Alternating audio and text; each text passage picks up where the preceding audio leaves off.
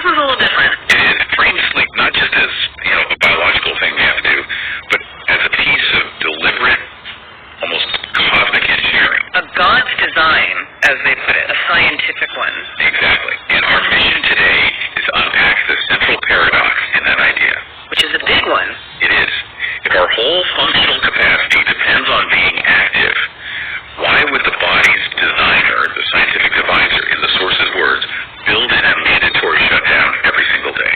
Right. It feels good, it's cozy, but why make it a requirement? Why mandate to stop? Well, that's the perfect place to jump in. The sources immediately ground this design in the Earth's own rhythm. Okay. You've got darkness, which is for sleeping, and then sunlight, which is the cue for what they call intense action. The on switch. Exactly. And what's really interesting is how they challenge the whole idea of sleep. We kind of see it as, doing nothing. Yeah, totally. Wasted time.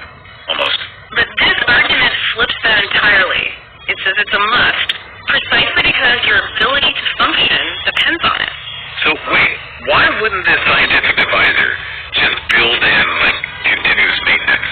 On the fly. Why the full stop? The source's answer is, well, it's pretty clear.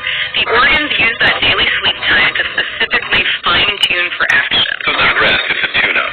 It's a scheduled factory reset. I mean, the brain can't keep all the lights on and run a deep diagnostic at the same time. This pause ensures that when you are awake, you're at peak performance. That makes a lot of sense, actually. Yeah. But what really stood out to me in the sources was just the sheer universality of it. Yes, that's a huge philosophical point they're making. It kind of gets at hierarchy and status, doesn't it? It completely dissolves them. The sources really stress that in the face of this biological need, all our human distinctions they become irrelevant. They use those amazing contrasts, like the sleep of a beggar and the sleep of a minister. It's an identical activity. Right, it's a great equalizer. It is. And they continue with it. The quality of sleep for an Iranian is the same as it is for a Brahmin. The point is that this design is so fundamental, it imposes the exact same function on every single one of us. No one gets a special maintenance schedule. Nope. Everyone needs the same deep turn-off. Okay, here's where it got really weird for me, though. In a good way. It moves beyond just maintenance when you bring in dreams. I mean, if the whole point is a systems cleanup, why introduce narrative? Why did, as they say, God put a dream inside the sleep activity? That's the imaginative part woven into the science, isn't it? Even if sleep is sometimes so deep that you don't remember a dream, the fact that the dream state exists at all, it suggests something else is happening. Like the process is running. An input or processing layer, maybe.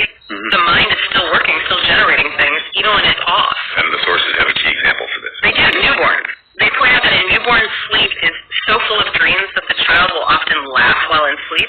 Think about it. An infant is asleep most of the day. And that dreaming isn't just random noise. It's made indispensable. It could be, essential construction of